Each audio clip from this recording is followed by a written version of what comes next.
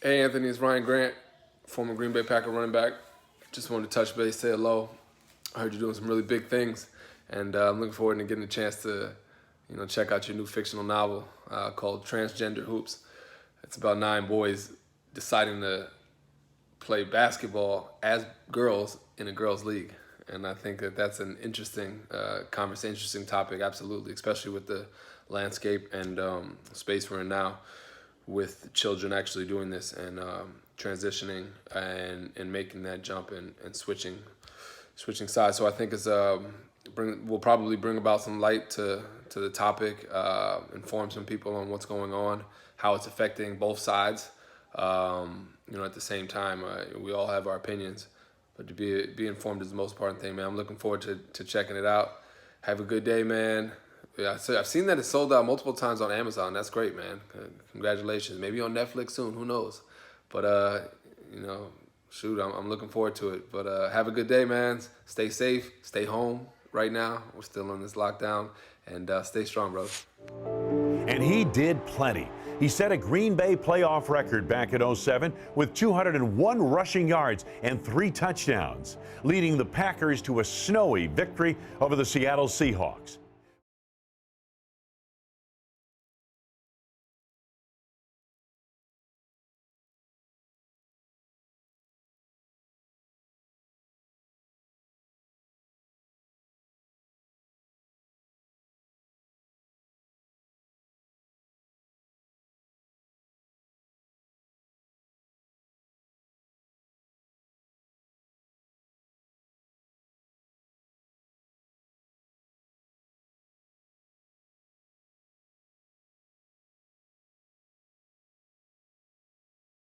So tell us a little bit, just a little bit, no spoilers too many here about the book. About the story. Okay. Well, it's so hard to avoid getting into it, but here's how it goes. The story's about 9 guys, high school boys, that are basically get put in a bad situation by abusive coaches. And I know you've got a kid that plays hockey, so if you've either had at some point in your life a bad coach or you've seen them in action on other teams, and us as parents, it's so hurtful and it makes you so angry. So you get to see what happens, and that's kind of what sparks this whole story. It was written really as a fictional sports novel to get your interest into it, and that's what happens in the story. That's what sparks it. These poor boys have no chance of going to college. They had these great college dreams of playing sports and earning a scholarship. Without that scholarship, they have no chance of going to college. So in rolls into the story two gentlemen that kind of transform and changed these young men's lives. Not in a good way for them, but not in a good way for the rest of the world. And what happens is they find a loophole in the system. And we all know what that loophole is. It's that blind political correctness that enables you to, in 1 second, be able to say, I choose to identify as a female, and now I'm allowed to play in women's sports. I'm allowed to play against girls the next day without taking any hormones, without doing any kind of surgeries, without seeing anyone. You just selectively do it. And that's what sparks the story. These 9 boys have an event that pulls them together from 4 different high schools here in Cincinnati. I won't mess that up. You got to read it to get it. But and they move on and they have great success, and they use, as bad as it is, they end up using that political correctness and that identifying as female as like a force field for them. They're untouchable because everybody knows that the PC sledgehammer will come down on you hard if you buck up against them. So they take advantage of that. Story goes on, and you're really going to have to read it. But the end of the story is that point to where realization hits, and that gut check. And it'll be that gut check for every reader that reads the book about, what have I done? Basically, in the process of doing this to help 9 boys, I've burned Title IX to the ground.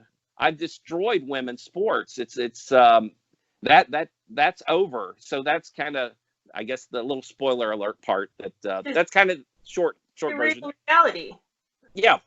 Reality. We have almost half the states now letting children do this, identify. Well, that leads us to my next question. Answers a little bit of it. Why? Why now? Why did you write this book?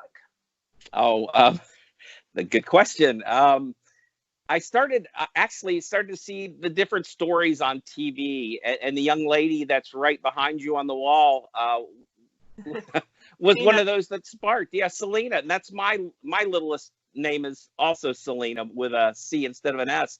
But I saw the story that what happened to her, and just being a coach and a trainer and just being around girls my whole life, I was crushed. I mean, it really hurt me to my core. Because I know I've seen things happen to kids that are out of their control, and that's what this was. She got something taken away from her. She'd worked for her whole life, and it really hurt. And that really sparked me to get thinking about this whole subject. And then I ended up discovering your site, and then it kind of sent me on this avenue of seeing all of these males that were competing against females, and it was like, this isn't okay. I'm a nice person, but this just doesn't work. And that's kind of the thing that geared me towards making this, writing this story. It's what sparked me, I guess you'd say. Yeah, it's really unfair what these young girls have had to go through. And Yeah. for those that aren't aware, that is Selena Sewell there. She is the first athlete to really step up in the United States, and she's a high school athlete who in Connecticut has had to race against transgender boys in track and field and has lost out many opportunities because of that. She's lucky to be joined now by a few other athletes in a Title IX complaint against the Department of Education. So luckily the Alliance Defending Freedom is helping them with that. And thankfully we have people like you helping us raise awareness of it.